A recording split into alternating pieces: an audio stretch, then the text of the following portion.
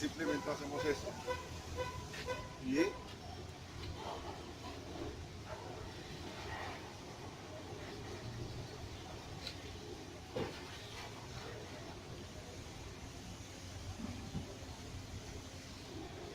ahí sí arrancamos. Cuando lavamos en seco, todos estos sensores y eso no hay peligro de que